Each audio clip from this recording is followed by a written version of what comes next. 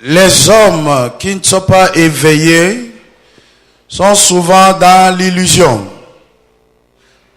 Et ils pensent que telles que les choses sont aujourd'hui, elles le seront toujours d'éternité en éternité.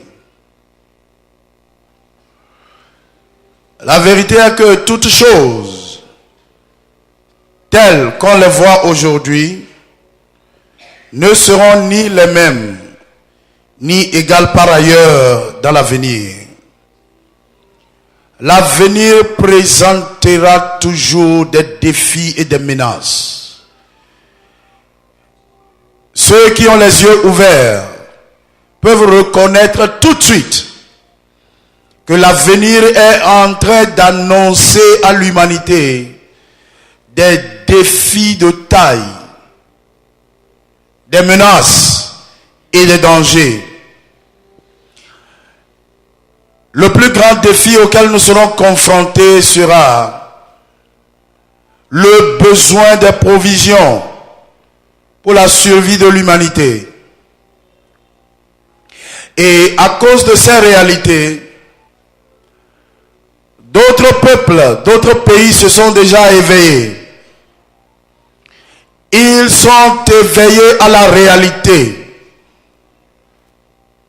Ils savent que 20 ans à venir, 50 ans à venir, leurs enfants, leurs petits-enfants n'auront plus les mêmes provisions qu'eux-mêmes ont aujourd'hui. Ils reconnaissent que la liberté et l'aisance dans lesquelles ils vivent aujourd'hui ne seront plus les mêmes situations pour leurs petits-enfants. L'avenir sera très dangereux. Ils le savent. Et à cause de cela, ils sont éveillés à développer des moyens pour se préparer contre ces menaces-là. Ce n'est pas par hasard que les pays ont abandonné une grande partie de leur souveraineté pour constituer des organisations internationales. Ce n'est pas par hasard que nous connaissons aujourd'hui l'Union européenne. Nous les Africains, nous regardons en l'air. Nous les regardons faire, aller, ça et là, revenir, signer tel engagement, tel traité, avec tel pays, avec tel autre peuple. Nous les voyons comme s'ils n'avaient rien à faire.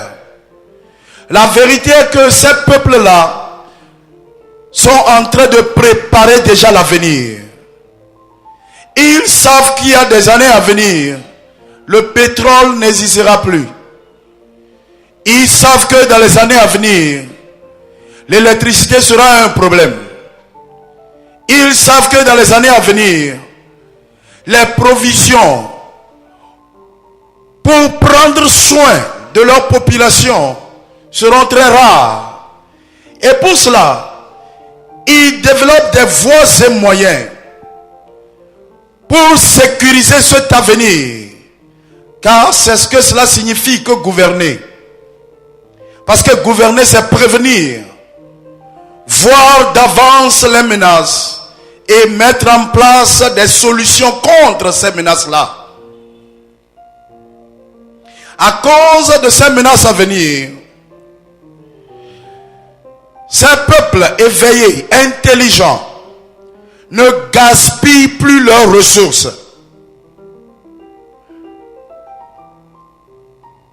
Ils ne se livrent plus au plaisir puéril. Ils ne permettent plus à n'importe qui d'amasser leurs ressources et de les prodiguer. Ils ont mis en place des institutions, des structures politiques pour surveiller, contrôler et s'assurer que la ville pure est sécurisée. Ils ne permettent plus à n'importe qui d'être au pouvoir par les armes. Mais ils permettent à celui qui a l'intelligence, celui qui a l'éveil mental, celui qui a la sagesse de gérer bien les ressources, d'aller au pouvoir et de les diriger, parce que l'avenir présente un danger. Ces peuples-là, c'est à cause des menaces de l'avenir qu'ils cherchent à dépouiller les autres peuples qui dorment. Parce que si tu as les ressources, tu ne sais pas quoi faire avec. Parce que si tu es béni et tu ne sais pas quoi faire avec ta bénédiction, alors celui qui sait que demain sera une sécheresse viendra t'en dépouiller pour préserver son avenir. Et c'est ce qui se passe en Afrique aujourd'hui.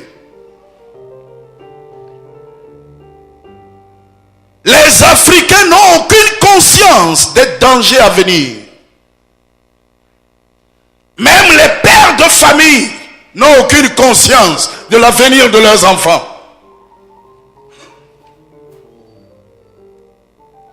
Ceux qui ont des entreprises n'ont pas conscience de la gestion pour l'avenir.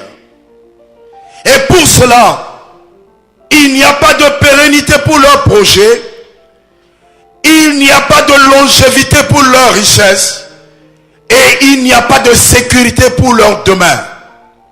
Tout ce qui nous intéresse en Afrique, quoi manger aujourd'hui, quoi boire aujourd'hui, quelle femme épouser aujourd'hui, quelle autre en ajouter encore, quelle nouvelle maison construire pour les nouvelles copines, quoi faire aujourd'hui et dilapider les ressources de demain.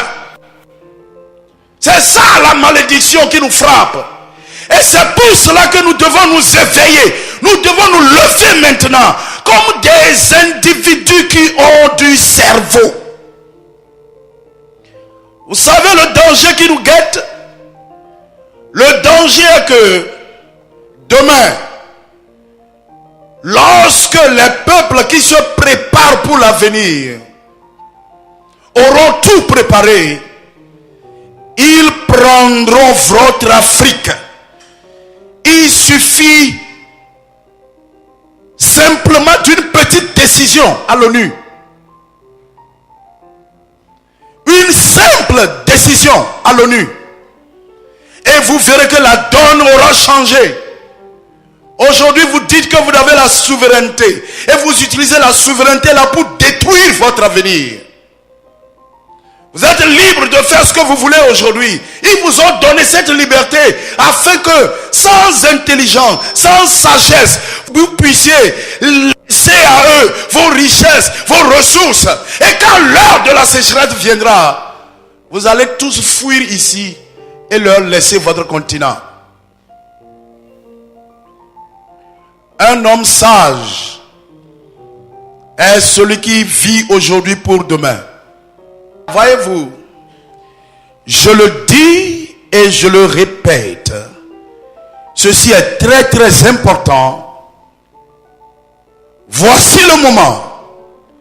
Lorsque nous parlons de l'avenir, l'avenir n'est jamais un hasard. L'avenir est toujours le résultat de notre manière de vivre aujourd'hui. Et l'intelligent observe sa manière de vivre aujourd'hui et prévoit le résultat que cela allait lui donner dans l'avenir. Notre manière de gouverner notre peuple, notre manière de gouverner nos ressources, notre manière de gérer les hommes, notre manière de gérer notre pays, c'est évident que l'avenir nous réserve un danger.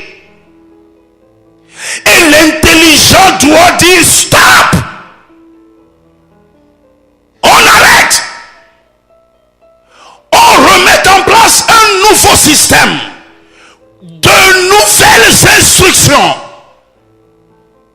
des institutions solides avec des hommes qui ont la tête d'homme.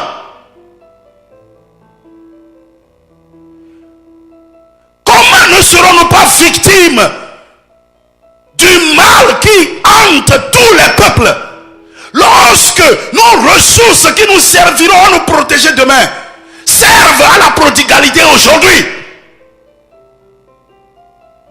Nos puits de mines sont en train de finir. Tout ce sur quoi se reposait notre économie sont dilapidés. Mais l'insensé demeure toujours dans l'espérance. L'avenir prendra soin de lui-même. Ça, c'est un langage insensé. Rien ne prend soin de lui-même. C'est un homme qui prend soin de toutes choses. C'est un être humain qui prend soin de toutes choses.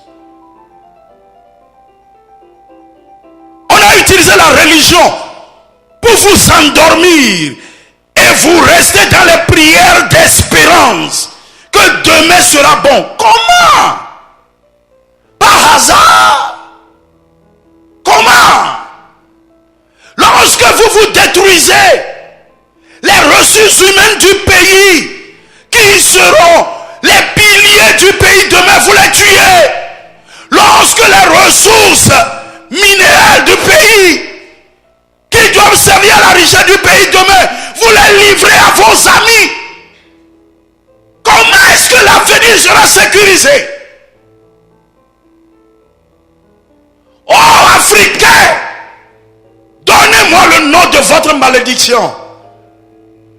Si vous avez un petit cerveau dans votre crâne, voici le moment de l'utiliser contre les destructeurs du destin de l'avenir de votre progéniture. Vos enfants seront esclaves parce que celui qui n'a pas de moyens est toujours esclave à celui qui en a. La façon dont les choses vont maintenant, c'est sûr que demain, toi Togolais, toi Togolaise, tu vas quémander avant de manger. C'est très certain. La façon dont la prodigalité est en train d'aller maintenant, c'est très certain que nos enfants, y compris les enfants des dirigeants et les enfants des pauvres aujourd'hui, nous tous, nous serons esclaves demain. Il faut arrêter le bazar. Il faut mettre fin à l'amusement. Il faut mettre fin à ce gaspillage. Et il faut réorganiser tout l'État.